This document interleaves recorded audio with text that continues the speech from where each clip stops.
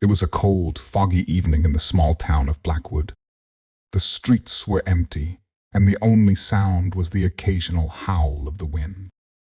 Detective Henry Grayson sat in his dimly lit office, staring at the pile of unsolved cases on his desk. He was a man in his late 40s, with sharp eyes and a mind that never rested. Grayson had seen it all: murders, thefts, and disappearances, but nothing had prepared him for the case that was about to land on his desk. There was a knock on the door. Grayson looked up to see a young woman standing in the doorway. She was dressed in a black coat, her face pale and her eyes red from crying. "Detective Grayson?" she asked in a shaky voice. "Yes, come in," Grayson said, gesturing to the chair across from his desk. The woman sat down and took a deep breath. "My name is Clara Bennett. My husband, Thomas Bennett, has gone missing. It's been 3 days, and I don't know what to do." Grayson leaned forward, his interest piqued. "Tell me everything." Claire began her story. Thomas Bennett was a well-respected banker in Blackwood. He was a quiet man, devoted to his work and his family. 2 nights ago, he had left the house after receiving a phone call.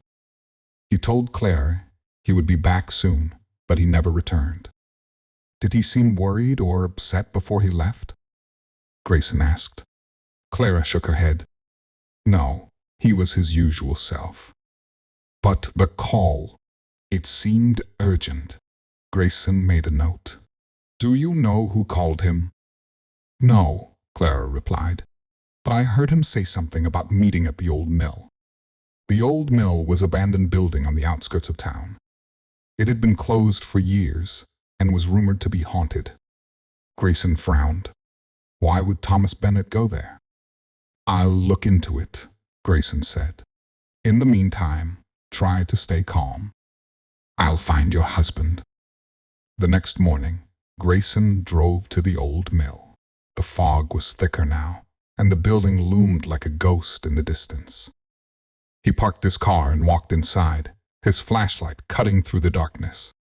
The mill was empty, but Grayson noticed something unusual: a set of fresh footprints in the dust. He followed them to a small room at the back of the building. Inside, he found a chair, a table, and a single piece of paper. The paper had a message, written in bold letters: "The long goodbye." Grayson's heart raced. What did it mean? He searched the room, but found no other clues. As he was about to leave, he noticed something glinting under the table. It was a silver pocket watch, engraved with the initials T.B. Thomas Bennett's pocket watch. Grayson returned to his office and began piecing together the puzzle. He visited Thomas's bank and spoke to his colleagues.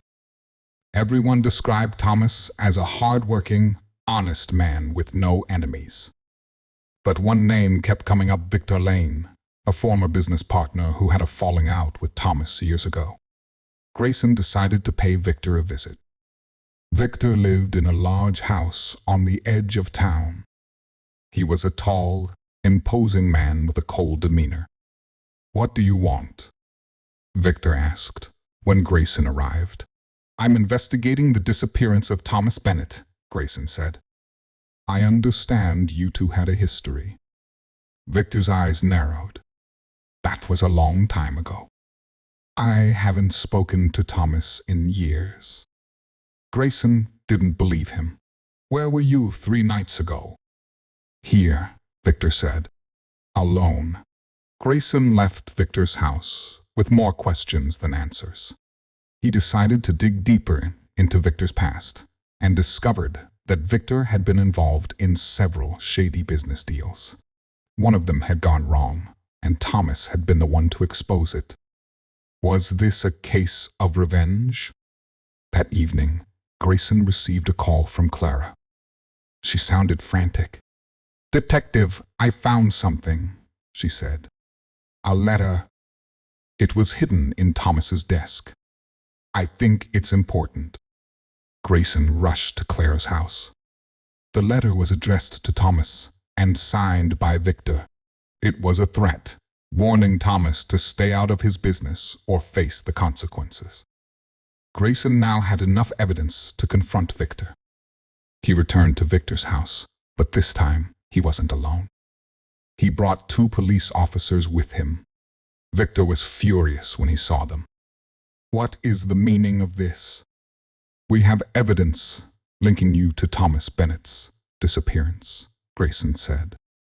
"You're under arrest." Victor laughed. "You have nothing.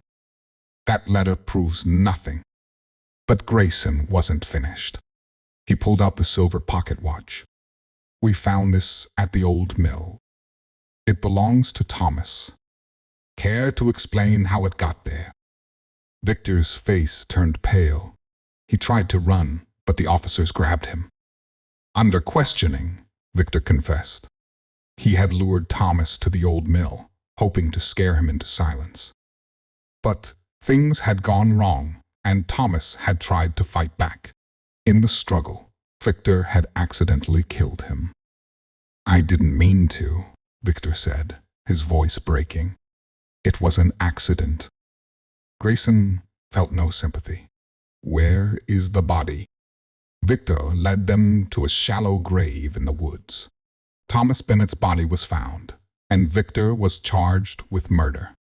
Case was closed, but Grayson couldn't shake the feeling that something was still missing. The message, the long goodbye, haunted him. What did it mean? A few days later, Grayson received a package in the mail. Inside was a book titled The Long Goodbye. There was a note attached. "Sometimes the truth is hidden in plain sight. Keep looking." Grayson opened the book and found a hidden compartment. Inside was a key and a map. The map led to a safety deposit box at Thomas's bank. Grayson opened the box and found a stack of documents. They revealed that Victor had been involved in a massive fraud scheme, and Thomas had been gathering evidence to expose him. The long goodbye wasn't just a message, it was a warning. Thomas had known the risks, but he had chosen to fight for the truth. Grayson closed the box and sighed. The case was over, but the mystery of Thomas Bennett's bravery would stay with him forever.